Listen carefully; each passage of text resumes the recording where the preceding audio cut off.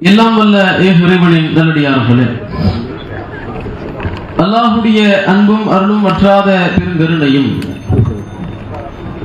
நம்மை எல்லாம் நேர்வழிப்படுத்த வந்த உத்தம தூதர் உயிரிலும் மேலான முஹம்மது நபி ஸல்லல்லாஹு அலைஹி வஸல்லம் அவர்கள் மீதும் அவர்களுடைய சொல் செயல் அங்கீகாரம் ஆகியவற்றை தங்களால் இயன்றவாறு பின்பற்றி வாழ்ந்து மறைந்த சத்திய சஹாபாக்கள் மீதும் சஹாபிய பெண்மணிகள் மீதும் அவர்களை ஒன்று தொட்டு வந்த முஸ்லிமான ஆண்கள் பெண்கள் அனைவர் மீதும் குறிப்பாக மார்க்கத்தினை அறிந்து கொள்ள வேண்டும் என்கிற உயரிய நோக்கத்தோடு இங்கே குழுமியிருக்கக்கூடிய நம்மவர்கள் மீதும் உண்டாவதாக என்கிற வார்த்தையோடு இந்த உரையினை ஆரம்பம் செய்கின்றோம். தமிழ்நாடு தௌஹீத் ஜமாத் கடலூர் வடக்கு மாவட்டம் பன்ருட்டி கிளையின் சார்பாக ஏற்பாடு செய்யப்பட்டிருக்கிற இந்த மார்க்க விளக்க திருமுனை கூட்டம் என்கிற நிகழ்ச்சியிலே சத்தியத்தை சொல் உறுதியாக நில் என்கிற தலைப்பினை தேர்வு செய்திருக்கிறார்கள்.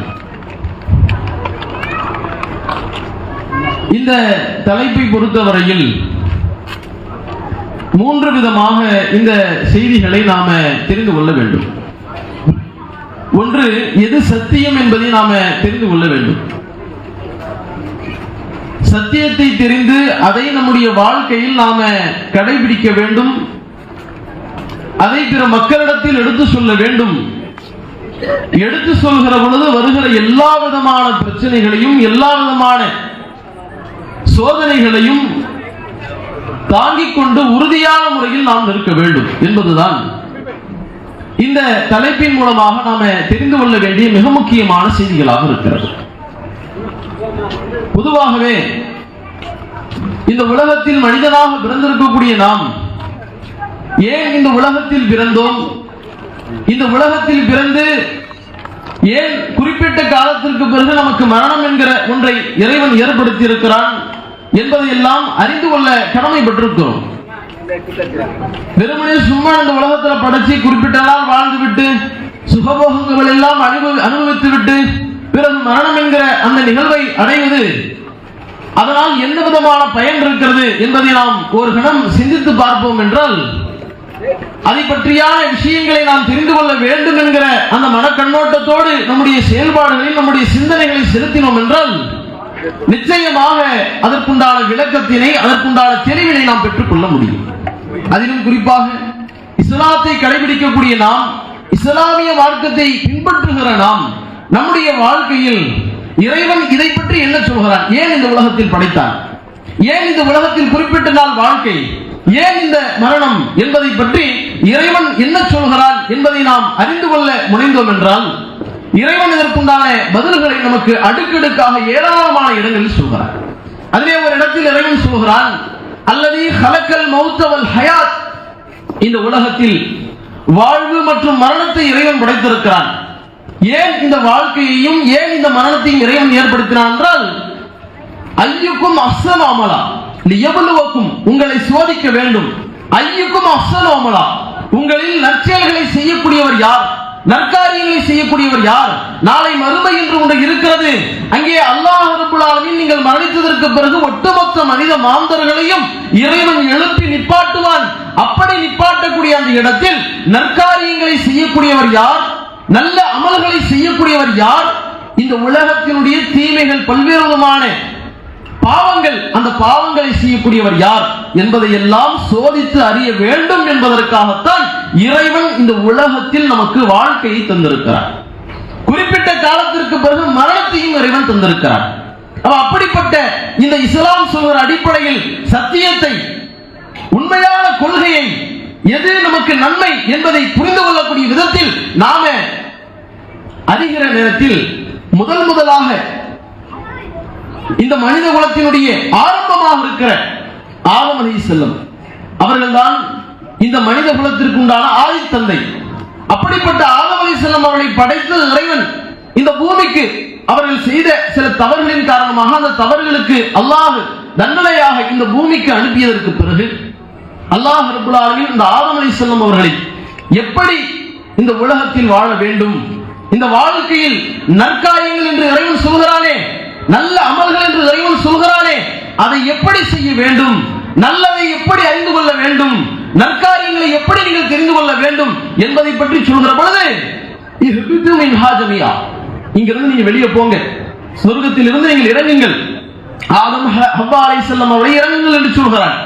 சொல்லிவிட்டு இறைவன் சொல்கிறான், இம்மா யத்தியன்ன மின்னி ஹுதன், என்னிடத்திலிருந்து உங்களுக்கு நேர்வழி வரும், என்னிடத்திலிருந்து உங்களுக்கு வஹி செய்தி, எது நன்மை எது தீமை என்று அறியக்கூடிய, எப்படி நடக்க வேண்டும் என்று தெரிந்து நீங்கள் செயல்படக்கூடிய அந்த வேத அறிவிப்புகள் வரும். அதன் அடிப்படையில் நீங்கள் நடைபெறுங்கள், உங்களுடைய வாழ்க்கையை நீங்கள் செயல்படுத்துங்கள் என்று அல்லாஹ் ரப்பல் ஆலமீன் நமக்கு சொல்லி காட்டுவதை பார்க்கிறோம்.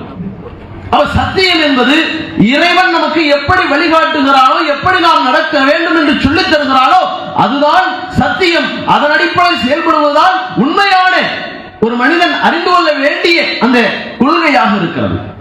அப்படிப்பட்ட சத்தியத்தை அதன் அடிப்படையாக இறைவன் சொல்வது என்ன அப்படின்னு கேட்டா, அல்லாஹ் ஒருவனை வணங்க வேண்டும், லா இலாஹ இல்லல்லாஹ் முஹம்மது ரசூலுல்லாஹ். நம்முடைய சமுதாயத்திற்கு அல்லாஹ்வுடைய தூதர் நபிகள் நாயகம் ஸல்லல்லாஹு அலைஹி வஸல்லம் அவர்கள் தூதராக நியமிக்கப்பட்டதனால் முஹம்மது ரசூலுல்லாஹ். எல்லா சமுதாய மக்களும் ஆதம் நபி முதல் ஒட்டுமொத்த மனித மாந்தர்களுக்கும் இறைவன் அடிப்படையில் போதித்த முதலாவது செய்தி என்ன அப்படின்னு கேட்டா, வணக்கத்திற்குரியவன் ஒரே ஒரு இறைவன் தான். அது எந்த பேரில் வேணா சொல்லுங்க, ஆனால் ஓர் இறைவன் தான். அல்லாஹ் என்றால் என்ன? கடவுள், இறைவன் என்று அர்த்தம். அப்ப நம்மை படைத்து பரிபாலித்து இந்த உலகத்தில் நமக்கு வாழ்வை மரணத்தை எல்லாவற்றையும் ஏற்படுத்தியவன் அவன்தான். அவன் ஒருவன் சொல்லக்கூடிய அடிப்படையில் தான் எங்களுடைய வாழ்க்கையை அமைத்துக் கொள்வோம். அவன் எப்படி எங்களுக்கு வழிநடத்தினாலோ அப்படித்தான் வாழ்வோம். அவன் ஒருவனை மட்டும்தான் வணங்கி வழிபடுவோம் என்பதைத்தான் இஸ்லாம் சொல்லக்கூடிய அடிப்படை கொள்கை. இந்த அடிப்படையை எல்லா தூதர்களும் சொன்னார்கள். எல்லா விதமான மனித மாந்தர்களுக்கு எல்லா விதமான கட்டங்களில் ஒவ்வொரு மனிதரை இறைவனே தேர்வு செய்து அவர்களை தூதராக நியமித்து தூத செய்திகளை அறிவித்து, இதுதான் சத்தியம், நாம் சொல்லக்கூடிய அடிப்படையில் செயல்படுங்கள் என்று ஒவ்வொரு நபிமார்களுக்கும் அல்லாஹ் அனுப்பியிருக்கிறார். எல்லா கட்டங்களிலும் அல்லாஹ் நபிமார்களை அனுப்பி இதன் மூலமாக சத்தியத்தை தெளிவுபடுத்தியிருக்கிறார். அப்ப இறைவன் எதை சொல்கிறானோ அதை சத்தியம் என்று உணர்ந்து அந்த சத்தியத்தை தெரிந்து அதன் அடிப்படையில் செயல்படக்கூடிய மக்களாக நாம் இருக்க வேண்டும். அதை பிற மக்களுக்கும் எடுத்து வைக்கக்கூடிய மக்களாக நாம் இருக்க வேண்டும். அதிலே வருகிற எந்த விதமான கஷ்டங்களாக இருந்தாலும், எந்த விதமான பிரச்சனைகளாக இருந்தாலும் அதையெல்லாம் எதிர்த்து சமாளித்து நம்முடைய வாழ்க்கையை உறுதியான முறையில் இந்த இஸ்லாத்தை கடைபிடிக்கக்கூடியவர்களாக இருக்க வேண்டும். நபிகள்லாஹ்விடத்தில் ஒரு மனிதர் வருகிறார், வந்து அல்லாஹ்வுடைய நபிகள்லாஹ்விடத்தில் கேட்கிறார், அல்லாஹ்வுடைய தூதரே, குல் இஸ்லாம், இஸ்லாத்துல ஒரு விஷயத்தை சொல்லுங்க, ஒரு விஷயத்தை எனக்கு கற்றுத்தாங்க. அவர் என்ன கேட்கிறாருன்னா, இஸ்லாத்திலே நான் கேட்கிற விஷயத்துல ரொம்ப முக்கியமான ஒரு விஷயத்தை ரசூலுல்லாஹ் கற்றுத் தரணும், அதற்கு உங்களுக்கு பிறகு நம்ம வேற யாருக்கும் அந்த விஷயத்தை பற்றி கேட்க கூடாது, அது மாதிரி ஒரு விஷயத்தை எங்களுக்கு கற்றுத்தாங்க என்று அல்லாஹ்வுடைய நபிகள்லாஹ்விடத்தில் வந்து கேட்கிறார். அப்பொழுது அல்லாஹ்வுடைய நபிகள்லாஹ் அவருக்கு என்ன சொன்னார்கள் தெரியுமா? அவர் ஏதோ பெருசா ரசூலுல்லாஹ் சொல்லுவாங்க, ரொம்ப முக்கியமான விஷயமா ரசூலுல்லாஹ் சொல்லுவாங்க அப்படிங்கிற மாதிரி எதிர்பார்க்கிறார்.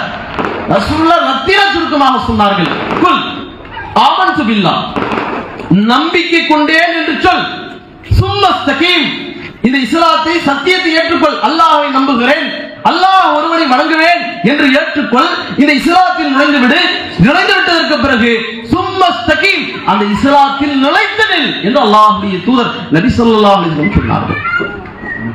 இந்த சத்தியத்தை ஏற்றுக்கொண்டிருக்கிறோம் என்றால் இறைவன் ஒருவனை மட்டும்தான் வணங்கி வழிபடுவோம் என்கிற இந்த கொள்கையை நாம் ஏற்றுக்கொண்டோம் என்றால் அந்த கொள்கையில் ஏராளமான சோதனைகள், ஏராளமான பிரச்சனைகள் வரும். இறைவனுடைய வார்த்தைகளை மட்டும்தான் கடைபிடிக்க வேண்டும், அதிலே நன்மை என்ற அடிப்படையில் செய்கிற பொழுது ஏராளமான கட்டங்களை நாம் சந்திக்க கூடும். பொருளாதார ரீதியாக மனிதர்களை சந்திக்கக்கூடிய, மனிதனோடு பழகக்கூடிய அந்த கட்டங்களில் பல்வேறு விதமான தீமைகள் நம்மை சூழ்ந்து கொள்ளும். அந்த நேரத்தில் இறைவன் சொன்ன வார்த்தைகளை நாம் முன்னுரிமை கொடுக்கிறோமா, அல்லாஹ் சொன்ன அடிப்படையில் நம்முடைய வாழ்க்கையை நாம் வழிநடந்து காட்டுகிறோமா என்பது மிகப்பெரிய சோதனை. அதனால் தான் நபிகள்லாஹ் சொன்னார்கள், நீங்கள் நம்பிக்கை கொண்டோம் என்று சொல்வதோடு மட்டும் இருந்துடக்கூடாது. முஸ்லிமா இருக்கிறேன், நான் அல்லாஹ் சொல்லக்கூடிய எல்லா விதமான விஷயங்களும் நம்பிக்கை கொள்கிறேன், அடிப்படையில் சொல்லப்படுகிற அல்லாஹ்வை நம்புதல், வானவர்களை நம்புதல், வேதங்களை நம்புதல், தூதர்களை நம்புதல், நன்மை தீமை எல்லாம் இறைவனுடைய நாட்டப்படிதான் நடக்கிறது என்கிற அந்த விதியை நம்புவது, மறுமை நாளில் ஒட்டுமொத்த மக்களும் எழுப்பப்படுவோம், அப்படி எழுப்பப்பட்டு அல்லாஹ்வுடைய சன்னிதானத்தில் நிறுத்தப்படுவோம், அங்கே இறைவன் இந்த உலகத்தில் நீங்கள் எப்படி வாழ்ந்தீர்கள் என்பதை பற்றி கேட்பான். அது பற்றியா விசாரணை நடத்தப்படும். எல்லாவற்றையும் நான் நம்புறேன் அப்படின்னு சொல்வதோடு இருப்பது கிடையாது. அப்படி சொல்வதோடு எல்லா விதமான கட்டங்களிலும் அல்லாஹ் சொல்லக்கூடிய அடிப்படையில் இறைவன் என்ன சொல்கிறான், வேத அறிவிப்பு இருக்கிறது, அல்லாஹ்வுடைய வார்த்தைகள் இருக்கிறது, நபிகளாருக்கு கொடுத்த அற்புதம் என்கிற திருமறை குர்ஆன் இருக்கிறது. அது ஒரு மனிதன் எப்படி வாழ வேண்டும், எப்படிப்பட்ட செயல்பாடுகளை தன்னுடைய வாழ்க்கையில் கடைபிடிக்க வேண்டும் என்கிற எல்லா விதமான போதனைகளையும் அது சொல்லித் தருகிறது. முதலில் மனிதனுக்கு நேர்வழி காட்டக்கூடியதாக இருக்கிறது. ஒவ்வொரு விஷயத்திற்கும் தீர்வளிக்கக்கூடியதாக இருக்கிறது. அப்படிப்பட்ட அந்த தீர்வு சொல்லக்கூடிய அடிப்படையில், திருமறை சொல்லக்கூடிய அடிப்படையில் நாம் ஒவ்வொரு விதமான காரியங்களையும் அமைத்துக் கொள்ள வேண்டும். அதுல பல பிரச்சனை வரும். பொருளாதார ரீதியா பார்த்தா வட்டி வாங்க கூடாது அப்படின்னு இறைவன் சொல்கிறார். பிறருக்கு மோசடி செய்யக்கூடாது என்று இறைவன் சொல்கிறார். ஏமாற்ற கூடாது என்று இறைவன் சொல்கிறார். இது எல்லாத்தையும் நம்ம கடைபிடிக்கணும். இதெல்லாம் சும்மா இறைவன் சொல்றான் படிச்சிட்டோம் அப்படிங்கிறதோடு மட்டும் இருக்கிறது கிடையாது. நான் அல்லாஹ் சொல்ற நம்புறேன் அப்படிங்கிறது சொல்லிவிட்டு கிடப்பது கிடையாது. சொல்வதோடு நம்முடைய வாழ்க்கையில் கடைபிடிக்க வேண்டும். அதிலே வருகிற எல்லா விதமான பிரச்சனையும் சமாளிக்க வேண்டும்.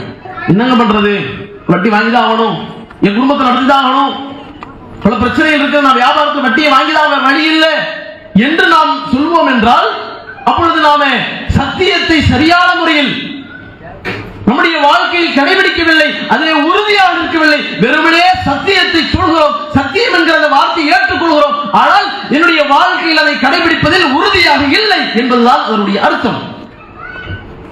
அப்படி இருந்துடக்கூடாது. அதனால சொன்னாங்க, நம்பிக்கை கொண்டேன் என்று சொல்வதோடு அதிலே நிலைத்து நிற்க வேண்டும். இறைவனுடைய வார்த்தையில் ஒருபோதும் மாற்றம் இருக்கக்கூடாது என்ற அடிப்படையில் இருக்க வேண்டும். என்னுடைய பொருளாதாரத்தில் எப்படி இறைவன் ஆகுமானதாக ஹலாலான முறையில் சொல்லித் தருகிறானோ அதை மட்டுமே செய்வேன், ஹராமானவற்றை ஒருபோதும் செய்ய மாட்டேன் என்கிற அடிப்படையில் உறுதியாக இருக்க வேண்டும். எப்பேற்பட்ட கஷ்டங்களாக இருந்தாலும், எப்பேற்பட்ட துன்பங்களாக இருந்தாலும் இறைவன் என்னோடு இருக்கிறான், அந்த இறைவன் இதை சொல்லி இருக்கிறான் என்றால் நிச்சயமாக அதில் நன்மை இருக்கும், அந்த நற்காரியங்களில் தான் நான் நிலைத்திருப்பேன் என்கிற அடிப்படையில் நம்முடைய வாழ்க்கையில் நாம் தெளிவாக இருக்க வேண்டும். அப்படி இருக்கிறோமா? இஸ்லாமிய சமுதாயத்தில் இன்றைக்கு எப்பேற்பட்ட மக்களை பார்க்கிறோம். இது மாதிரியான சூழ்நிலைகள் இன்றைக்கு இஸ்லாமிய மக்கள் சென்று கொண்டிருக்கிறார்கள். இந்த சத்தியத்தில் நிலைத்து நிற்கக்கூடியவர்களாக இறைவன் எதை பாதகமான ஒரு விஷயம் என்று சொல்கிறானோ, வட்டிங்கிறது சாதாரணமா வட்டி வாங்காதீங்க அப்படின்னு சொல்லல, எந்த அளவுக்கு இறைவன் பேசுகிறான் என்றால் வட்டி என்பதை பெரும் பாவம் என்கிற அந்த லிஸ்ட்ல அல்லாஹ்வுடைய நபிகள் கொண்டு வருகிறார்கள். இணை வைப்பு எப்படி பெரும் பாவமாக இருக்கிறதோ, இறைவனுடைய இடத்தில் சாதாரண மனிதர்களை, சாதாரண பொருட்களை, இறைவனுடைய ஆற்றலை சாதாரண மனிதர்களுக்கு கொடுப்பது எந்த அளவுக்கு பெரும்பாவமாக இஸ்லாம் சொல்லித் தருகிறதோ அதே போன்று வட்டி என்பதும் பெரும்பாவம் என்கிற லிஸ்ட்ல தான் அல்லாஹ்வுடைய நபிகள் சொல்லித் தருகிறார்கள். அப்பேற்பட்ட வட்டி சாதாரண அல்லாஹ் சொல்லும்போது எப்படி சொல்றானா, ஃபஅதீனு பிஹர்பில்லாஹ், அல்லாஹ்வோடு போர் பிரகடனம் என்று அல்லாஹ்வோடும் அல்லாஹ்வுடைய தூதரோடும் நீங்கள் போர் பிரகடனம் செய்கிறீர்கள், அப்படி போருக்கு தயாராக இருக்கிறீர்கள் என்றால் வட்டி வாங்கிக்க. அல்லாஹ் உனக்கு எதிரியாக நிற்கிறான், அல்லாஹ்வுடைய தூதர் உனக்கு எதிரியாக நிற்கிறார்கள் என்று சொல்லக்கூடிய அளவிற்கு ஒரு பெரும் தவறாக, பெரும் பாவமாக சொல்லித் தருகிற ஒரு விஷயத்தில் இன்றைக்கு இஸ்லாமியர்கள் எப்படிப்பட்ட நிலையில் இருக்கிறார்கள்? இறைவனுடைய வார்த்தைகள் இன்றைக்கு எந்த மாதிரியான நிலையில் கடைபிடிக்கக்கூடியவர்களாக இருக்கிறார்கள்? திருமணம் என்று வந்துவிட்டால் திருமண விஷயங்களில் இஸ்லாம் எந்த அளவுக்கு இறைவன் நமக்கு அழகான முறையில் வழிகாட்டுகிறான். அந்த வழிகாட்டலை இன்றைக்கு இஸ்லாமிய சமுதாயம் கடைபிடிக்கிறதா? இஸ்லாம் காட்டித் தருகிற அடிப்படையில் திருமணங்களை நடத்தக்கூடியவர்களா இன்றைக்கு இஸ்லாமிய மக்கள் இருக்கிறார்களா? அல்லாஹ்வுடைய நபிகள் எப்படி திருமணம் நடத்த வேண்டும் என்று வழிமுறை காட்டினார்களோ அப்படிப்பட்ட வழிமுறைகளை இன்றைக்கு பின்பற்றுகிறார்களா? யோசித்து பாருங்கள். எத்தனை ஆச்சாரங்கள் திருமணம் என்று எடுத்து பார்த்தால் திருமணத்தில் இஸ்லாம் காட்டித் தருகிற வழிமுறை இன்றைக்கு எங்க நம்ம கடைபிடிக்கிறோம்? இது எங்க ரசூலுல்லாஹ் கற்றுத் தந்தாங்க, இஸ்லாம் எங்க கற்றுத் தருகிறது என்று கேட்டால் இந்த திருமணங்கள்ல எந்த அளவுக்கு இன்றைக்கு போயிருக்கிறா? வரதட்சணை வாங்கக்கூடிய ஒரு அவலநிலை இன்றைக்கு இஸ்லாமியத்தில் பார்க்கப்படுகிறது. சமீபத்தில் கூட நம்முடைய அருகாமையில் இருக்கக்கூடிய திருக்கோயிலூர் என்று சொல்லக்கூடிய பகுதியில் ஒரு இஸ்லாமிய பெண்மணி ஒரு வீடியோவை அழுத நிலையில் பதிவு செய்து போடுகிறார்கள். அதிலே தன்னுடைய கணவர், தன்னுடைய மாமியார் திருமணம் நடக்கும் பொழுதே பல பொருளாதாரங்களை பல்வேறு விதமான விஷயங்களை வரதட்சணையாக பெற்றார்கள்.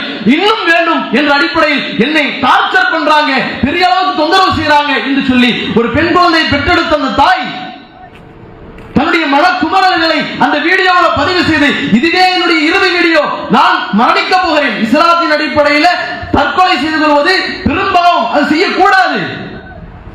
அப்பேற்பட்ட ஒரு நிலைக்கு இன்றைக்கு தள்ளக்கூடிய அளவிற்கு இன்றைக்கு சமூகம் மாறி இருக்கிறது என்றால், திருமண விஷயங்களில் பொருளாதாரத்தில் வரதட்சணை என்ற பெயரால் மிகப்பெரிய ஒரு இழிநிலையில் இன்றைக்கு இஸ்லாமிய சமுதாயம் சென்று கொண்டிருக்கிறது என்றால், இங்க எங்க சத்தியத்தை கடைபிடிக்கிறோம்? இங்க எங்க இஸ்லாம் சொல்லக்கூடிய அடிப்படையில் இன்றைக்கு நாம் இஸ்லாமியர்கள் வாழக்கூடியவர்களாக இருக்கிறோம்? யோசித்து பாருங்கள். எத்தனை அனாச்சாரங்கள், மார்க்கம் திருமணத்தை பத்தி பேசணும்னா அவ்வளவு விஷயங்கள் பேசலாம். ஆடம்பர திருமணங்கள், அல்லாஹ்வுடைய நபியல்லாஹ் அழகான முறையில் சொல்லி தந்தார்கள், இன்ன அலமன் நிகாஹி பரக்கத்தன் ஐஸரஹு முனா. திருமணங்களில் எது எளிமையாக நடத்தப்படுகிறதோ, செலவு குறைக்கப்படுகிறதோ, அதுதான் பரக்கத் நிறைந்த, இறைவனுடைய அபிவிருத்தி நிறைந்த திருமணம் என்று சொல்லப்படுகிறது. இறைவனுடைய உதவி இருக்குன்னு அர்த்தம். அபிவிருத்தினா வேற என்ன அர்த்தம்? அந்த திருமணம் அப்படிங்கிறது ரெண்டு பேரும் இணையக்கூடிய ஒரு விஷயம். ஒரு ஆண் ஒரு பெண் இணைவதுதான் திருமணம். அந்த வாழ்க்கையில் அபிவிருத்தி இருக்கும் என்றால் என்ன அர்த்தம்? அவங்க இடத்துல நல்ல முறையில் வாழ்க்கையில் அவருடைய எல்லா விதமான கட்டங்களிலும் இறைவனுடைய உதவியோடு அவர்கள் நல்ல முறையில் வாழ்வதற்கு இறைவன் துணையாக இருப்பான் என்பதுதான் அர்த்தம், நடப்பொருள். இங்க அதெல்லாம் தேவையில்லை. பொருளாதாரம் என்னிடத்தில் நிறைய இருக்கிறது, எல்லா மக்களும் அப்படித்தான் செய்யறாங்க, மண்டபம் முடிக்கணும், பெரிய அளவுக்கு விருதுகளை வைக்க வேண்டும், பெரிய அளவுக்கு அந்த விருதுகளை ஏற்பாடு செய்ய வேண்டும் என்ற அடிப்படையில் ஆடம்பரங்களை நோக்கி செல்லக்கூடிய மக்களை பார்க்கிறோம். இறைவனுடைய பரக்கத் தேவையில்லைங்க, அது நாம் பார்த்துக்குவோம் அப்படிங்கிற நிலையை இன்றைக்கு எத்தனையோ மக்களிடத்தில் பார்க்க முடிகிறது. இதுதான் சத்தியமா? இதுதான் இறைவனுடைய வார்த்தைகளை கடைபிடிப்பதற்குண்டான அடிப்படையா? யோசித்து பாருங்கள். எவ்வளவு அழகான மார்க்கத்தில் இருக்கிறோம், எவ்வளவு எளிமையான ஒரு மார்க்கத்தில் இருக்கிறோம், எந்த அளவுக்கு இஸ்லாம் என்று சொல்லக்கூடிய மார்க்கம் ஒரு மனிதனை அழகான முறையில் வழிநடத்துகிறது. அப்பேற்பட்ட மார்க்கத்தில் இருக்கக்கூடிய இஸ்லாமியர்கள் இன்றைக்கு இது போன்ற மார்க்கம் கற்றுத்தராத பல்வேறு விதமான அனாச்சாரங்களில், மார்க்கம் கற்றுத்தராத பல்வேறு விதமான செயல்பாடுகளில் ஈடுபடுகிறார்கள் என்றால் இங்க எங்க சத்தியம் இருக்கு? யோசித்து பாருங்கள். இந்த சத்தியத்தை நிறைய பேர் சொல்றாங்க, எத்தனையோ அமைப்புகள் இருக்கத்தான் செய்கிறது. எத்தனையோ விதமான மக்கள் சத்தியத்தை சொல்வோம் என்ற பெயரால் எத்தனையோ விதமான அமைப்புகளை வைத்துக் கொண்டு எத்தனையோ விதமான பிரச்சாரங்களை செய்து கொண்டுதான் இருக்கிறார்கள். ஆனால் அந்த சத்தியங்களை சொல்லப்படுகிற அந்த நிகழ்வுகளில் உண்மையிலேயே தெளிவான முறையில் அல்லாஹ் சொல்லக்கூடிய அடிப்படையில் தான் சொல்கிறார். அப்படி சொல்லி இருந்தா இந்த மாதிரி நிறைய அனாச்சாரங்கள் பெருகி இருக்குமா? எல்லா மக்களும் தாங்கள் சொல்லக்கூடிய விஷயங்களை சத்தியம் என்று சொல்கிறார்களே, உண்மையிலேயே சத்தியத்தை சொல்லி இருந்தால் இது போன்ற அனாச்சாரங்கள் சமூகத்தில் பெருகி வழிந்திருக்குமா? யோசித்து பார்க்கணும். இத்தனை விதமான பிரச்சனைகள், இத்தனை விதமான விஷயங்கள், நீ என்ன சத்தியம் சொல்றாங்க தெரியுமா? எதை சத்தியம் என்று ஒவ்வொரு வீடுகளிலும் இஸ்லாமியர்கள் வைத்திருக்கிறார் தெரியுமா? தாலீம் கிதாபுன்னு வச்சிருக்கிறாங்க. இது சத்தியம் நினைக்கிறாங்க. குர்ஆனை சத்தியம் என்று நினைக்க வேண்டும், அது இறைவனுடைய வார்த்தை, அதை பின்பற்ற வேண்டும். அதுதான் ஒரு முஸ்லிம் புரிந்து கொள்ள வேண்டிய அடிப்படை. தாலீம் கிதாபுகளை வாசிக்கிறது ஒவ்வொரு நேரத்திலும் வீடுகள்ல, பள்ளி வாயில்கள்ல தாலீம் கிதாபுகளை வாசிப்பது அதுதான் சத்தியம் என்று புரிந்து வைத்திருக்கிறார்கள். அதில் குர்ஆன் ஹதீஸ் இருக்கிறதா? எத்தனை விதமான கட்டுக்கதைகள், எத்தனை விதமான மார்க்கத்துக்கு முரணான செய்திகள், இஸ்லாம் காட்டித்தராத பல்வேறு விதமான விஷயங்கள் அதில் நிரம்பி வருகிறது. ஒவ்வொரு விஷயத்தை சொல்லணும்னா அவ்வளவு கேலியாக, அவ்வளவு கிண்டலாக இன்றைக்கு இஸ்லாம் சொல்லுகிற பல்வேறு விதமான போதனைகளுக்கு மாற்றமாக இருக்கிறது. ஒரு நல்லடியார் இருந்தாராம். அந்த நல்லடியார் ஒரே நேரத்தில் ஒளி செஞ்சாராம். அந்த உணவு வைத்து 40 வருடங்கள் தொழுகையை நிலைநாட்டினாராம். எப்படி இது சாத்தியமா? அல்லாஹ்வுடைய நபிகளாருக்கு இப்படி கொடுக்கவில்லையே, இப்படி எந்த நபிமாரும் செய்யவில்லையே, அப்படி எந்த விதமான நபிமாருக்கும் இல்லாத அது மாதிரியான ஒரு சிறப்பு நல்லடியாருக்கு கொடுக்கப்பட்டது என்று சொல்லி இது மாதிரி எழுதி வைத்திருக்கிறார் என்றால் இது சத்தியமா? இதுதான் சத்தியம் என்று இன்றைக்கு பிரச்சாரம் செய்து கொண்டிருக்கிறார்கள். இதைதான் சத்தியம் என்று இன்றைக்கு பல இடங்களில் சொல்லிக் கொண்டிருக்கிறார்கள். சத்தியத்தை தெளிவாக புரிந்து கொள்ள வேண்டும். சத்தியத்தை தேடுவதில், சத்தியத்தை அறிந்து கொண்டு அதை அதன் அடிப்படையில் வாழ்வதில், அதை பிற மக்களிடத்தில் எடுத்து சொல்வதில், அதிலே வருகிற எல்லா விதமான பிரச்சனைகளிலும் உறுதியாக நிற்பதில் சஹாபாக்கள் எந்த அளவுக்கு இருந்தார்கள் தெரியுமா? அல்லாஹ்வுடைய நபிகளாரிடத்தில் இருந்த அந்த தோழர்கள் சத்தியத்தை தெரிந்து கொள்வதற்கு எவ்வளவு ஆர்வம் காட்டினார்கள் தெரியுமா? அது ஒரு சம்பவம். அபூதர் அல் கிஃபார் என்று சொல்லக்கூடிய ஒரு தோழர், இவர் தூரமாக இருக்கக்கூடிய ஒரு பகுதியை சார்ந்தவர். இவர் என்ன பண்றாரு அப்படின்னா, முகமது என்று சொல்லக்கூடியவர் இறைவன் ஒருவன் தான் என்ற போதனைகளை சொல்லிக் கொண்டிருக்கிறார், தன்னை தூதர் என்று சொல்லிக் கொண்டிருக்கிறார் அப்படிங்கிற செய்திகளை கேள்விப்படுகிறார். அப்படி கேள்விப்பட்டு இவருடைய சகோதரர், அவர் ஒரு கவிஞர், அவரு நிறைய படிப்பறிவு உள்ள ஒரு மனிதர், அவரை அனுப்பி நீங்க போங்க, மக்காவுக்கு போங்க, மக்காவில் இது மாதிரி முகமது என்று சொல்லக்கூடியவர் அவர் தன்னை தூதர் என்று சொல்லிக் கொண்டிருக்கிறார், அவர் சில கொள்கைகளை முன்வைத்துக் கொண்டிருக்கிறார், அவர் என்ன சொல்றாரு, அவர் உண்மையில தான் சொல்றாரா, உண்மையை தான் சொல்றாரா, சத்தியத்தை தான் சொல்றாரா என்று தெரிந்து கொண்டு வாருங்கள் என்று அவரை அனுப்புகிறார். உனைஸ் என்று சொல்லக்கூடிய அவருடைய சகோதரர் போறாரு. போய் என்ன சொல்றாங்க அப்படிங்கிற விஷயத்தெல்லாம் மேம்போக்காக எல்லாவற்றையும் தெரிந்து கொண்டு தன்னுடைய சகோதரர் அபூதர் அவரிடத்துல வந்து சொல்கிறார்.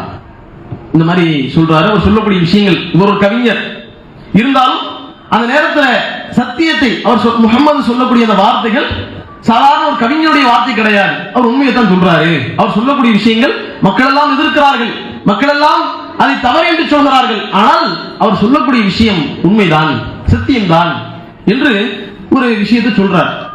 இருந்தாலும் அபூதர் அவர்களுக்கு நாமளே போய் பார்த்துருவோம், நாமளே போய் அவரை சந்தித்து விடுவோம் என்று சொல்லி இவரே கிளம்பி வருகிறார். சத்தியத்தை அறிவதற்கு எவ்வளவு தேடுதல் பாருங்க. இந்த உலகத்தில் வாழ்கிறோம் என்றால் ஏன் வாழ்கிறோம், எதனால் வாழ்கிறோம், என்ன நடக்க போகுது அப்படிங்கிற அந்த தேடுதல் ஒவ்வொரு மனிதனிடத்திலும் இருக்க வேண்டும். அதனுடைய ஒரு துவக்கமாக அபூதர் அவர்கள் போறாங்க. போய் மக்கால போனா மக்கால கடுமையான எதிர்ப்பு, முகமது அப்படின்னு ஒரு பேரை சொன்னாலே எல்லாரும் வாங்கி அடிப்பாங்க. அந்த அளவுக்கு கடுமையான எதிர்ப்பு உடைய அந்த சமயத்தில் இந்த காபாவுக்கு அருகில் போய் அமர்ந்து இருக்கிறார். யாரிடத்தையும் கேட்டா யாராவது ஏதாவது சொல்லுவாங்களோ, ஏதாவது நம்மளை அடிப்பாங்களோ, நம்மளை எதிர்ப்பாங்களோ அப்படின்னு சொல்லி பயத்திலே பல நாட்கள் செல்கிறது. அவர் கொண்டு போன உணவுகள் தீர்ந்து விடுகிறது. வெறுமனே ஜம்சம் தண்ணீர், அங்கே இருக்கக்கூடிய அந்த தண்ணீரை மட்டுமே பருகி கொண்டு பல நாட்கள் கழித்துக் கொண்டிருக்கிறார். இப்படி இருக்கக்கூடிய சமயத்துல இவரை அலி ரலியல்லாஹு அன்ஹு பார்க்கிறாங்க. பார்த்து, என்னப்பா இது ஊருக்கு புதுசா இருக்கிறீங்களே, நீங்க எந்த ஊரை சார்ந்தவர்கள் அப்படின்லாம் கேட்கிறாங்க. இவர்கிட்ட சொல்லலாமா கூடாதா, சொன்ன ஏத்துக்குவாரா இல்லையா அப்படிங்கிற மாதிரி இவருக்கு ஒரு எண்ணம் இருந்தாலும், இல்லைங்க சும்மா தான் வந்து அப்படிங்கிற மாதிரி சமாளிச்சு விட்டுறாரு. முதல் நாள் மீண்டும் அடுத்த நாளும் பார்க்கிறாங்க. அடுத்த நாளும் பார்த்து விட்டு என்ன பிரச்சனைன்னு சொல்லுங்க அப்படின்னு கேட்கிறாங்க. அப்ப சொல்கிறார்கள், இந்த முகமது ஒருத்தர் இருக்கிறாரு, அவரை பார்த்து பேசிட்டு அவர் என்ன சொல்றாரு அப்படிங்கிறத தெரிஞ்சுக்கணும் அப்படிங்கிறதுக்காகத்தான் நான் வந்தேன் அப்படின்னு சொல்றாங்க. அப்படியா, நல்ல வேலை இந்த விஷயத்தை என்னிடத்தில் சொன்னீர்கள். இதே வேறு நபரிடத்தில் நீங்கள் சொல்லியிருந்தீர்கள் தான் நடக்கிறதே வேற. அவங்க எந்த அளவுக்கு அந்த எதிர்ப்புகள் இருக்கிறது அப்படிங்கிறத பிரதிபலிக்கிறாங்கன்னா, நான் முன்னாடி நடந்து போறேன், என் கூட வந்தீங்கன்னா உங்களையும் நீங்க வேற நீங்களும் எங்க கூட சேர்ந்துட்டீங்கன்னு சொல்லி உங்களை கடுமையான முறையில தாக்கக்கூடிய அந்த நிலை ஏற்படும். அதனால உங்களுக்கு எந்த விதமான பாதிப்பும் வரக்கூடாது. அப்ப அப்படிப்பட்ட சூழ்நிலையில் நீங்க முன்னாடி போறேன், நான் யாராவது எதிரிகளை பார்த்தேன் என்றால், யாராவது நம்மளை தாக்கக்கூடிய நிலையில் அது மாதிரி நம்மளை எதிர்க்கக்கூடிய அந்த எதிரிகள் யாராவது நான் சந்தித்தேன் என்றால், நான் என்னுடைய செருப்பு வாரை சரி செய்வது போன்று நான் நின்று கொள்வேன், நீங்க என்ன கடந்து போயிடும் நின்றக்கூடாது அப்படிங்கிற அளவுக்கு சொல்றாங்க. அப்ப யோசித்து பாருங்கள், எந்த அளவுக்கு இந்த முகமது அவர்கள் சொன்ன அந்த கூற்றுக்கு கடுமையான எதிர்ப்புகள் அங்கே இருந்தது அப்படிங்கிறத கவனிக்க வேண்டும். அப்ப அப்படிப்பட்ட சூழ்நிலையில ஒரு வழியாக அல்லாஹ்வுடைய தூதர் முஹம்மது நபி ஸல்லல்லாஹு அலைஹி வஸல்லம் அவர்களை சந்திக்கிறார்கள். சந்தித்து இப்படி சொல்றாங்க, பல கேள்விகள் அடுக்கிறாங்க, இது என்ன அது என்ன பல விஷயங்களை தெளிவுபடுகிறார்கள். முஹம்மது நபி ஸல்லல்லாஹு அலைஹி வஸல்லம் அவர்கள் எல்லா விதமான விஷயங்களுக்கும் விளக்கம் கொடுக்கிறாங்க. எல்லாவற்றையும் அறிந்து எல்லாவற்றையும் தெரிந்து கொண்ட இந்த அபூதர் அல் கிஃபார் அவர்கள், சத்தியத்தை புரிந்து கொண்ட அபூதர் அல் கிஃபார் அவர்கள் அந்த இடத்திலேயே தன்னை இஸ்லாத்தை ஏற்றுக்கொள்ளக்கூடிய விதமாக அஷ்ஹது அல்லா இலாஹ இல்லல்லாஹ் வ அஷ்ஹது அன்ன முஹம்மது ரசூலுல்லாஹ், வணக்கத்திற்கு தகுதியானவன் இறைவன் ஒருவன் மட்டும்தான் என்பதை நான் ஏற்றுக்கொள்கிறேன், முஹம்மதாகிய நீங்கள் அல்லாஹ்வுடைய தூதர் என்பதையும் நான் ஒப்புக்கொள்கிறேன் என்று சொல்லி இந்த இஸ்லாத்தை ஏற்றுக்கொள்கிறார். இந்த சத்தியத்தை ஏற்றுக்கொண்டாரா? இந்த சத்தியத்தை ஏற்றுக்கொண்ட அபூதர் அவர்கள் இந்த சத்தியத்தை பிற மக்களிடத்தில் சொல்ல வேண்டும் என்கிற அந்த ஆர்வம், அதை எடுத்து உரைக்க வேண்டும் என்கிற அந்த நிலை எந்த அளவுக்கு உள்ளத்தில் ஆழமாக பதிகிறது என்றால் ரசூலுல்லாஹ் சொல்றாங்க, இங்க கடுமையான எதிர்ப்பு இருக்குது, இந்த நிலையெல்லாம் மாறி இந்த நிலை சீராகி இந்த நிலையில் மாறக்கூடிய நிலையில உங்களை அழைப்பு விடுகிறோம், அப்ப நீங்க வாங்க, இப்ப நீங்க உங்க ஊருக்கு போங்க, அங்க நீங்க பிரச்சாரம் பண்ணுங்க அப்படிங்கிற அளவுக்கு சொல்றாங்க.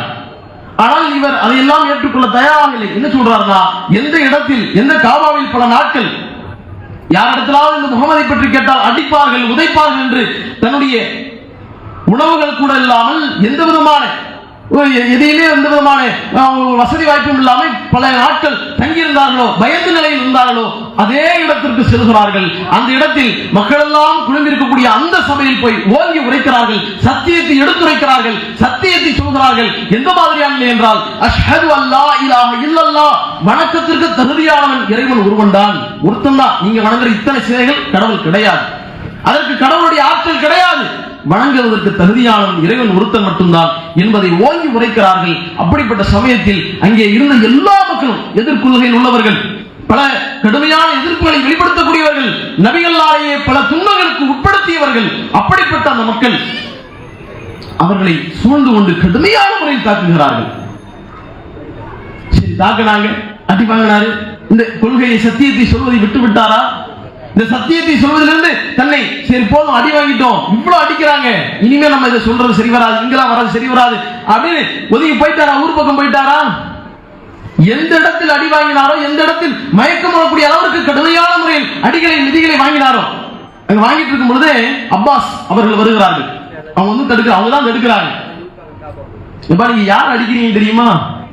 நீங்க வணிகம் செய்யக்கூடிய போது பயணிக்கக்கூடிய கிஃபார் குலம், அந்த குலத்தை தாண்டிதான் நீங்க போயாக வேண்டும். அந்த கிஃபார் குலத்தை சார்ந்த அந்த நபரைத்தான் நீங்கள் அடிக்கிறீர்கள்.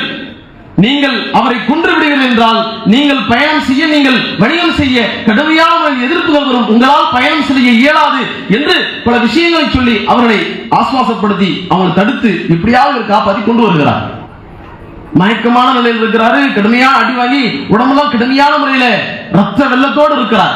அதை பற்றி அவரே சொல்கிறார், நான் அடிச்ச அடியில அப்படியே உடம்பெல்லாம் என்னுடைய துணியெல்லாம் அப்படியே சிவப்பு கலரா, அந்த அளவுக்கு ரத்தம் பட்டு எல்லா ரத்த கரையில அந்த அளவுக்கு என்னுடைய உடல் முழுக்க இருக்கக்கூடிய துணி அப்படியே சிவப்பாக மாறிவிட்டது. அந்த அளவுக்கு அடித்தார்கள். அவ்வளவு அடிகள், அவ்வளவு வேதனையை தாங்கியும் கூட மீண்டும் அதே இடத்தில் ஏகத்துவத்தை, இந்த சத்தியத்தை எடுத்து சொல்கிறார். இறைவன் ஒருவன் மட்டும்தான், அவனை தவிர வணக்கத்திற்கு யாரும் கிடையாது என்கிற அந்த கொள்கையை மீண்டும் எடுத்துரைக்கிறார். இப்பேற்பட்ட சூழ்நிலையில் மீண்டும் அங்கே கூடி அடிக்கிறார்கள். மீண்டும் அப்பாஸ் அவர்கள் தடுக்கிறார்கள். இப்படிப்பட்ட இந்த சத்தியத்தை சொல்வதில் எந்த அளவுக்கு உறுதிப்பாட்டோடு இருந்தார்கள், சத்தியத்தை சொல்வதில் எந்த அளவுக்கு உறுதியாக நின்றார்கள். அடித்தாலும் உதைத்தாலும் கடுமையான முறையில் எங்களை எதிர்த்தாலும் இந்த சத்தியத்தை சொல்வோம் என்பதில் உறுதியாக இருந்தார்களே. இன்றைக்கு இந்த இறைவனுடைய வார்த்தைகளை சொல்கிறோம் என்றால், இந்த இறைவனுடைய இந்த கொள்கையை சொல்கிறோம் என்றால், இந்த கொள்கையை சொல்கிற பொழுது எதிர்ப்புகள் வரத்தான் செய்யும். இந்த கொள்கையை சொல்கிற பொழுது ஏராளமான பிரச்சனைகள் வரத்தான் செய்யும். அது எல்லா விதத்திலும் ஒரு உறவினர் ரீதியாக, ஊரார் ரீதியாக, பல ரீதியாக வரும். எல்லாவற்றையும் எதிர்த்து நிற்கக்கூடிய அந்த நிலை நம்முடைய வாழ்க்கையில் இருக்க வேண்டும். இந்த சத்தியத்தை உறுதியாக சொல்வேன், இதில் உறுதியாக நிற்பேன் என்ற அடிப்படை நம்முடைய ஒவ்வொரு நபரிடத்திலும் இருக்க வேண்டும். அப்பேற்பட்ட நிலையில் நாம் இருக்கிறோமா? அந்த மாதிரியான செயல்பாடுகளை நாம் அமல்படுத்துகிறோமா? யோசித்து பார்க்க வேண்டும். எந்த அளவுக்கு சஹாபாக்கள் அல்லாஹ்வுடைய நபிகளாருடைய அந்த காலத்தில் வாழ்ந்தவர்கள் இருந்தார்கள் என்பதை நாம் சிந்தித்து பார்க்க வேண்டும். ஏன் இப்ராஹிம் அலைஹிஸ்ஸலாம் அவரை எடுத்து பாருங்கள். அவரை பற்றி இறைவன் சொல்கிற பொழுது அவரை பற்றி இறைவன் சொல்கிறான், இந்த இப்ராஹிம் இருக்கிறாரே, இவருடைய இஸ்லாம், இவருடைய மார்க்கம் எந்த அளவுக்கு அழகான மார்க்கமாக இருந்தது என்பதை பற்றி இறைவன் சொல்கிறான். ஒமன் அஹ்ஸன தீனன், இருக்கக்கூடிய மார்க்கங்களிலேயே சிறந்த மார்க்கம் எது? மிம்மன் அஸ்லம வஜ்ஹஹு லில்லாஹ், அல்லாஹ்வுக்காக வேண்டி தன்னுடைய முகத்தை பணிந்து இறைவனுடைய வார்த்தைகளை மட்டும்தான் என்னுடைய வாழ்க்கையை கடைபிடிப்பேன், வஹுவ முஹ்ஸினுன், நல்ல காரியங்களில் ஈடுபடக்கூடிய நிலையில் தன்னுடைய மார்க்கத்தை நிலைநாட்டிய இந்த இப்ராஹிம் அவருடைய மார்க்கத்தை விட சிறந்த மார்க்கம் எது என்று அல்லாஹ் கேட்கிறார். அப்படி சொல்லிட்டு அல்லாஹ் சொல்றா, வத்தபா மில்லத இப்ராஹிம் ஹனீஃபா, நிலையான சத்தியமான இந்த இப்ராஹிம் அவருடைய மார்க்கத்தை நீங்களும் கடைபிடிப்பீர்கள். அவர் அவருடைய ஊர் மக்களிடத்தில் அந்த எல்லா விதமான சொந்த பந்தங்கள், தன்னுடைய தந்தை, எல்லா மக்களிடத்திலும் இந்த சத்தியத்தை, இந்த ஏகத்துவத்தை ஓங்கி உரைத்தார், மக்களிடத்தில் எடுத்து சொன்னார். எந்த மாதிரியான எதிர்ப்பு வந்தாலும் சரிதான், எந்த மாதிரியான கடுமையான நிலை வந்தாலும் சரிதான், இந்த சத்தியத்தை சொல்வேன் என்று நின்றார். ஊரில் இருக்கிற எல்லா சிலையும் உடைச்சிட்டாரு. ஏன்னா உங்களுக்கு புரிய வைக்கணும், இந்த சிலைகள் என்பது நமக்கு பயனளிக்காது, இதன் மூலமாக எந்த விதமான நன்மையும் நாம் அடைந்து கொள்ள முடியாது என்பதை அந்த மக்கள் தெளிவு பெற வேண்டும். அவருடைய வாயிலிருந்தே அவர்கள் அந்த சத்தியத்தை எடுத்து சொல்ல வேண்டும் என்கிற அளவுக்கு அவர்களிடத்தில் அந்த பிரச்சாரத்தில் ஈடுபட்டார். எல்லா மக்களும் திருவிழாக்கு போறாங்க, எல்லா சிலைகளையும் உடைச்சிட்டார். திரும்ப வந்தா தெரியும் இப்ராஹிம் தான் செஞ்சிருப்பாரு. இப்ராஹிம் பத்தி சொல்றாங்க, இப்ராஹிம் அவர்களை அழைத்து பேசுகிறார்கள். அவர் சொல்கிறார், அந்த பெரிய சிலை இருக்கு பாத்தீங்களா, அதுதான் உடைச்சிருக்கும், அதுக்கு கேளுங்களேன் அப்படின்னு சொல்றார். மக்களே சொல்கிறார்கள் சத்தியத்தை, மக்களே ஒப்புக்கொள்கிறார்கள் சத்தியத்தை. அந்த சிலை எப்படிப்பா பேசும்? இதைத்தானே நானும் சொல்கிறேன், இதைத்தானே இத்தனை வருடமாக உங்களிடத்தில் நான் பேசிக் கொண்டிருக்கிறேன். இறைவன் என்பது வணக்கத்திற்குரியவன் என்பது அல்லாஹ் ஒருவன் மட்டும்தான், அவனை மட்டும்தான் வணங்க வேண்டும். எந்த விதமான பயனும் அளிக்காது, எந்த விதமான நமக்கு நன்மையும் செய்யாது. ஏன் அந்த சிலைகள் அதற்கே எந்த விதமான நன்மையும் செய்ய முடியாது. அது மாதிரியான சிலைகளை வணங்குகிறீர்களே, இறைவனை விட்டு விட்டீர்களே என்று அந்த மக்களிடத்தில் சொல்றார். இவங்க விடுவாங்களா? காலங்காலமா செஞ்சுட்டு வந்தது, காலங்காலமா இருந்தது. நம்ம எப்படி திடீர்னு விட போவோம்? நம்முடைய முன்னோர்கள் மூதாதையர்கள் எல்லாமே இந்த வழிமுறையில் தான் இருந்தாங்க, நாம எப்படி விட முடியும் என்று கொந்தளிக்கிறார்கள். எந்த அளவுக்கு அந்த கொந்தளிப்பு மாறுகிறது என்றால், எந்த அளவுக்கு அந்த நிலை மாறுகிறது என்றால், ஒரு கட்டத்தில் அந்த மக்கள் எல்லாம் சொல்கிறார்கள், உங்களுடைய சிலைகளுக்கு உதவி செய்யுங்கள், இந்த இப்ராஹிமின் நெருப்பு குண்டத்தில் போடுங்கள் என்று சொல்கிறார்கள். எவ்வளவு பெரிய எதிர்ப்பு பாருங்கள். இன்னஹு கான உம்மத்தன் காணித்தா, அவர் நிலையான ஒரு மனிதர் தான், ஆனால் அவர் ஒரு சமுதாயமாக திகழ்ந்தார். ஏன்? ஊர் மக்கள் ஒட்டுமொத்த உலகத்தார் எதிர்த்து நின்றாலும் தன்னந்தனி மனிதராக இந்த சத்தியத்தை சொன்னார், இந்த சத்தியத்தில் உறுதியாக நின்றார். எப்பேற்பட்ட எதிர்ப்புகள் வந்தாலும் இந்த சத்தியத்தை சொல்வதில், இந்த மார்க்கத்தை எடுத்து வைப்பதில் நான் தயங்க போவது கிடையாது, எப்பேற்பட்ட நிலையாக இருந்தாலும் சரிதான் என்று உறுதியாக நின்றார். நெருப்பு குண்டம் எரிக்கிறார்கள், இப்ராஹிம் அவரை தூக்கி போடுவதற்கு முனைகிறார்கள். இறைவன் கட்டளையிடுகிறான். இறைவன் இதைதான் நம்ம கவனிக்கணும். சத்தியத்தை சொன்னால், அதிலே உறுதியாக நின்றால் நிச்சயமாக இறைவனுடைய உதவி, இறைவனுடைய அந்த பலம் நமக்கு கிடைக்கும் என்பதை ஒவ்வொருவரும் புரிந்து கொள்ள வேண்டும். இப்ராஹிம் அலைஹிஸ்ஸலாம் அவர்களுக்கு இறைவனுடைய உதவி கிடைக்கிறது. இறைவன் கட்டளையிடுகிறார். எந்த நெருப்பு குண்டத்தை அந்த மக்கள் மூட்டினார்களோ, எந்த நெருப்பு குண்டத்தில் அந்த மக்கள் இப்ராஹிம் அவர்களை போட்டு பொசுக்க வேண்டும், தண்டிக்க வேண்டும் என்று ஆசைப்பட்டார்களோ, அப்பேற்பட்ட அந்த மக்களுடைய வாயில் மண்டை விழக்கூடிய விதமாக இறைவன் அந்த நெருப்பு குண்டத்திற்கு சொல்கிறான். நெருப்பினுடைய தன்மை எரிக்கக்கூடியது, சுட்டெரிக்கக்கூடிய, அந்த பெருக்கக்கூடியதான் அந்த நெருப்பினுடைய தன்மை. நெருப்பினுடைய தன்மையே இறைவன் மாற்றுகிறான். இப்ராஹிம் அந்த நெருப்பு குண்டத்தில் வீசப்படுகிற பொழுது கூனியா நார் பர்தம் வ ஸலாம் அலா இப்ராஹிம், இப்ராஹிம் அவர்களுக்கு நீ குளிர்ச்சி அளிக்கக்கூடியதாகவும் இதமானதாகவும் இருக்க வேண்டும், நீ எரிக்க கூடாது என்று இறைவன் சொல்கிறார்.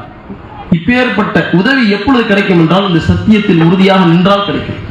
அவங்க சொல்றாங்களே, இவங்க சொல்றாங்களே என்று இறைவனுடைய வார்த்தைகளை, இறைவன் சொல்லக்கூடிய அந்த செய்திகளை நாம் மறுக்கிறோம் என்றால், காலங்காலமா இப்படிதான் செஞ்சுட்டு வந்தோம், திருமணம் இப்படிதான் நடத்திட்டு வந்தோம், காலங்காலமா இப்படிதான் வியாபாரம் பண்ணிட்டு வந்தோம், இப்படிதான் என்னுடைய வாழ்க்கை இருந்தது என்று நாம் சொல்வோம் என்றால் இறைவனுடைய உதவி கிடைக்காது. இறைவனுடைய லானத், இறைவனுடைய சாபம் தான் கிடைக்கும். இறைவனுடைய உதவியை எதிர்பார்க்கக்கூடிய மக்களாக இருக்கிறோம் என்றால், நாளை மறுமையில் அல்லாஹ்வை சந்திக்க இருக்கிறோம் என்பதில் உறுதியாக இருக்கிறோம் என்றால், எந்த கட்டத்திலும் இறைவனுடைய வார்த்தைகளுக்கு மாற்றமாக இருந்துவிடவே கூடாது. இறைவனுடைய சத்தியத்தை சொல்வதில் நாம தயங்கி விடுவோம். நீ சத்தியத்தை சொல்றதே இல்லை, நம்ம என்ன பெரிய ஆலிமா, இன்னைக்கு சத்தியத்தை சொல்லணும் அப்படின்றதான் தலைப்பு. இப்ப சத்தியத்தை சொல்ல வேண்டும் என்கிற அந்த நிலை நமக்கு இருக்குதான்னு கேட்டா, நமக்கு என்னங்க தெரியும்? நம்ம என்ன 4 வருஷமா படிச்சிருக்கிறோம், நம்ம என்ன 7 வருஷமா படிச்சிருக்கிறோம், நம்ம என்ன ஆலிமா, நம்ம அவ்வளோ தெரிஞ்சிருக்கிறோமா? நம்ம ஒண்ணும் தெரியாதுங்க அப்படின்னு நம்ம தட்டி கழிக்கக்கூடிய சத்தியத்தை சொல்வதில் நமக்கு ஒண்ணும் தெரியாது, நமக்கு அதுக்கு சம்பந்தமே இல்லையே, சத்தியத்தை சொல்வது நம்ம என்ன கடமையா அப்படிங்கிற மாதிரி நம்ம நினைக்கிறோம். கடமை ஒவ்வொருவரும் செய்தாக வேண்டும். எந்த அளவுக்கு அல்லாஹ்வுடைய நபிகளால் வழிநடத்தினார்கள். பல்லிகு அன்னி வலோ ஆயத்தன், என்னிடத்திலிருந்து ஒரே ஒரு செய்தி, எனக்கு குர்ஆன் முழுக்க படிக்கணும் அப்படின்னு அவசியம் கிடையாது. இருக்கக்கூடிய ஹதீஸ்களை எல்லாம் படிக்க வேண்டும், நபிகளாருடைய வழிமுறைகளை எல்லாம் படிக்க வேண்டும் என்றெல்லாம் கிடையாது. எனக்கு ஒரு செய்தி தெரியுமில்லை, இறைவன் ஒருவனை மட்டும்தான் வணங்க வேண்டும் என்பது, வட்டி வாங்கக்கூடாது என்பது தெரியுமில்லை, திருமணம் என்பது இப்படித்தான் செய்ய வேண்டும் என்று தெரியுமில்லை, இறைவன் பல்வேறு விதமான வணக்க வழிபாடுகளை எப்படி செய்ய வேண்டும் என்று சொல்கிறான் தெரியுமில்லை. அதற்கு மாற்றமாக ஒரு விஷயம் செய்யப்படுகிறது என்றால், அப்ப எடுத்து சொல்லுங்க. ஒரே ஒரு செய்தி தெரிஞ்சாலும் எடுத்து சொல்லுங்க. சத்தியத்தை சொல்ல வேண்டும். இன்னும் எந்த அளவுக்கு நபிகளார் சொன்னார் என்றால், உங்கள் கண்களுக்கு முன்பாக ஒரு தவறை பார்க்கிறீர்கள் என்றால், ஒரு தவறை நீங்கள் கவனிக்கிறீர்கள் என்றால், மார்க்கத்திற்கு முரணாக சத்தியத்திற்கு மாற்றமாக அந்த விஷயம் இருக்கிறது என்றால், அப்படி இருக்கக்கூடிய இடத்தில் அந்த தவறை நீங்கள் கண்டிக்க வேண்டும், அந்த தவறை நீங்கள் சுட்டிக்காட்டியாக வேண்டும், கையால் தடுக்க வேண்டும். எந்த அளவுக்கு அல்லாஹ்வுடைய நபிகளார் சொல்றாங்கன்னா, முதல் தரமாக கையால் தடுப்பது, கையால் தடுங்க. உங்களால் அந்த கையால் தடுக்க முடியவில்லை என்றால் நாவால் சொல்லுங்க, இது தவறு என்பதை எடுத்துரையுங்கள். என்று அல்லாஹ்வுடைய தூதர் நபிகளார் சொல்கிறார்கள். இது எதுவுமே முடியல, பையன் இஷ்டத்துக்கு நாவாலே எடுத்து சொல்ல முடியல அப்படின்னா உங்களுடைய ஈமானில் பலவீனம் இருக்கிறது, உங்களுடைய நம்பிக்கையில் பலவீனம் இருக்கிறது. தாலிக அல்லாஹ்வுல் ஈமான், அதுதான் ஈமான்ல பலவீனம். விட்டுட்டு போங்க, ஒதுங்கிருங்க, அந்த விஷயத்திலிருந்து ஒதுங்கிருங்க, அந்த தவறிலிருந்து நீங்கள் கலந்து கொள்ளாதீர்கள், அதிலிருந்து நீங்கள் விலகி விடுங்கள் என்று இறைவன் மூன்றாவது பட்சமாக இதை சொல்லி காட்டுகிறார். இன்னைக்கு இந்த மூன்றாவது தரத்துல கூட பெரும்பாலான முஸ்லிம்கள் இல்லை என்பதுதான் வேதனைக்குரிய விஷயம். சத்தியத்தை சொல்வதில், சத்தியத்தை நிலைநாட்டுவதில், சத்தியத்தில் சொல்லக்கூடிய விஷயத்தில் உறுதியாக இருப்பதில் இன்றைக்கு மூன்றாவது தரத்துல கூட இல்லைங்க. அதில் போய் கலந்துக்கிறோம், அந்த விஷயங்களில் பங்கெடுக்கிறோம். கேட்டால் உறவினர்களாச்சு என்ன செய்யறது? ஒரு மௌத்து வீடு என்றால் மௌத்து, இது மாதிரியான விஷயங்கள் என்றால் எல்லா இறைவன் சொல்லக்கூடிய எல்லா வார்த்தைகளையும் இன்றைக்கு தூக்கி வீசிவிட்டு இறைவன் சொல்லக்கூடிய வார்த்தைகளுக்கு மாற்றமாக பல சடங்குகளை, பலவிதமான காரியங்களை செய்கிறோம். 7ஆம் நாள் சோறாக்கி போடணும், 40ஆம் நாள் சோறாக்கி போடணும். இதெல்லாம் எங்க இஸ்லாத்துல காட்டி தரப்பட்ட விஷயமா? இஸ்லாம் இதெல்லாம் காட்டி தருகிறதா? இது மாதிரியான அம்சங்கள் இதெல்லாம் சத்தியமா?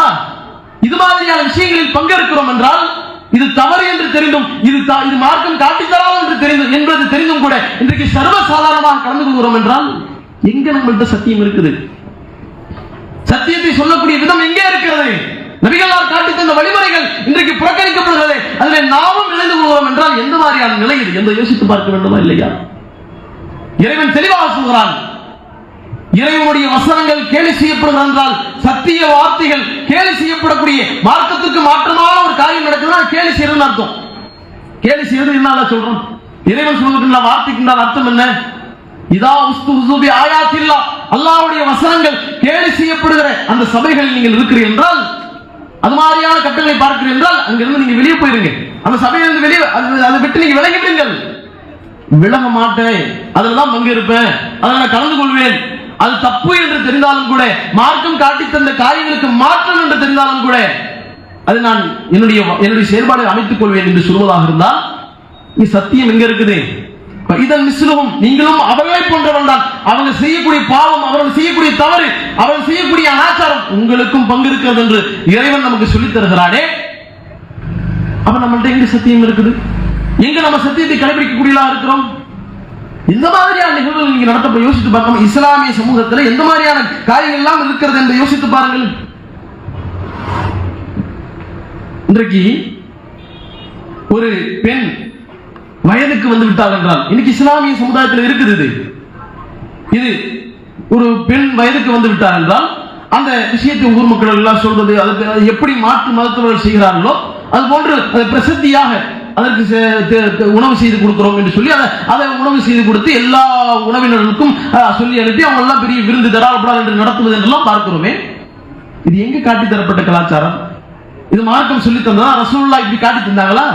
நபிகளார் யாருக்காவது இப்படி செய்ய வேண்டும் என்று காட்டி தந்த ஒரு செய்தியை பார்க்க முடியுமா? இன்றைக்கு செய்யப்படுகிறது, அதில் நாமும் பங்கு பெறுகிறோமே. அது ஏதோ சடங்குகளை போன்று, சமுதாயங்களை போன்று இன்றைக்கு நடத்தப்படக்கூடிய அந்த விஷயங்களில் நாமும் ஈடுபடுகிறோமே. இது எந்த மாதிரியான நிலை என்பதை யோசித்து பார்க்க வேண்டும். எது மார்க்கம் காட்டித்தராத ஒன்றாக இருக்கிறதோ, மார்க்கம் சொல்லித்தராத ஒன்றாக இருக்கிறதோ, அப்படிப்பட்ட விஷயங்களில் இன்றைக்கு நாம மார்க்கத்தினுடைய ஒரு அம்சமாக அதை மாற்றக்கூடிய நிலையில் இருக்கக்கூடிய அந்த சமயங்களில் நாம் அதில் பங்கெடுக்கிறோம் என்றால் நாம செய்யல, நாம அதை செய்ய மாட்டோம். இருந்தாலும் உறவினர் செய்யறாங்க, கூப்பிடுறாங்க, எப்படி போகாம இருக்க முடியும் என்று அதற்கு சப்பை கட்டுகிறோம் என்றால் யோசித்து பாருங்கள், இங்கே எங்கே சத்தியம் இருக்கிறது? அதில் எங்கே உறுதிப்பாடு இருக்கிறது? சத்தியத்தை சொல்ல அதை தடுத்து நிறுத்தி இருக்க வேண்டுமே, அந்த தடுத்து நிறுத்தக்கூடிய அந்த காரியம் ஏன் இல்லாமல் போனது? அப்ப உறுதிப்பாடு இல்லாமல் இருக்குது நம்மள்ட்ட.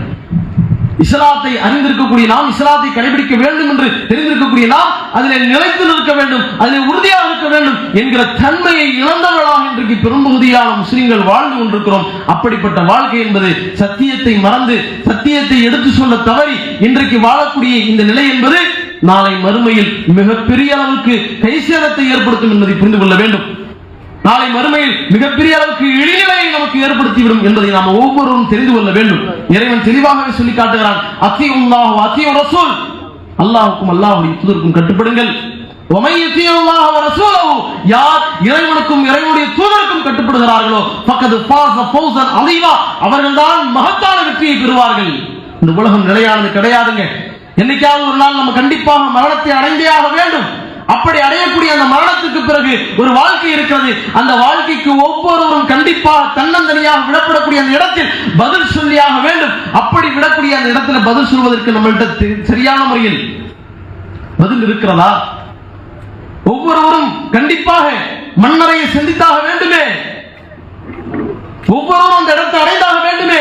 அந்த இடத்தில் நாம என்ன பதில் வைத்திருக்கிறோம், தெளிவான முறையில் நாம பதில் சொல்ல தயாராக இருக்கிறோமா என்பதை புரிந்து அதை தெளிவான முறையில் நாம பதில் சொல்லியாக வேண்டும் என்பதை ஆழமாக பதிய வைத்தோம் என்றாலே நிச்சயமாக நம்மிடத்தில் நடக்கக்கூடிய பல தவறுகள் இல்லாமல் போகும், நற்காரியங்கள் அதிகமாக பெருகும். நாம் இறைவன் சொன்ன அடிப்படையில் வாழ்வதற்குண்டான அந்த வாய்ப்பு கிடைக்கும். அப்படிப்பட்ட வாய்ப்பை வல்ல இறைவன் உங்களுக்கும் எனக்கும் தந்தல் புரிந்து தீமைகளிலிருந்து தவிர்த்து நாளை மறுமையில் வெற்றி அடையக்கூடிய நன்மக்களாக வல்ல இறைவன் உங்களையும் என்னை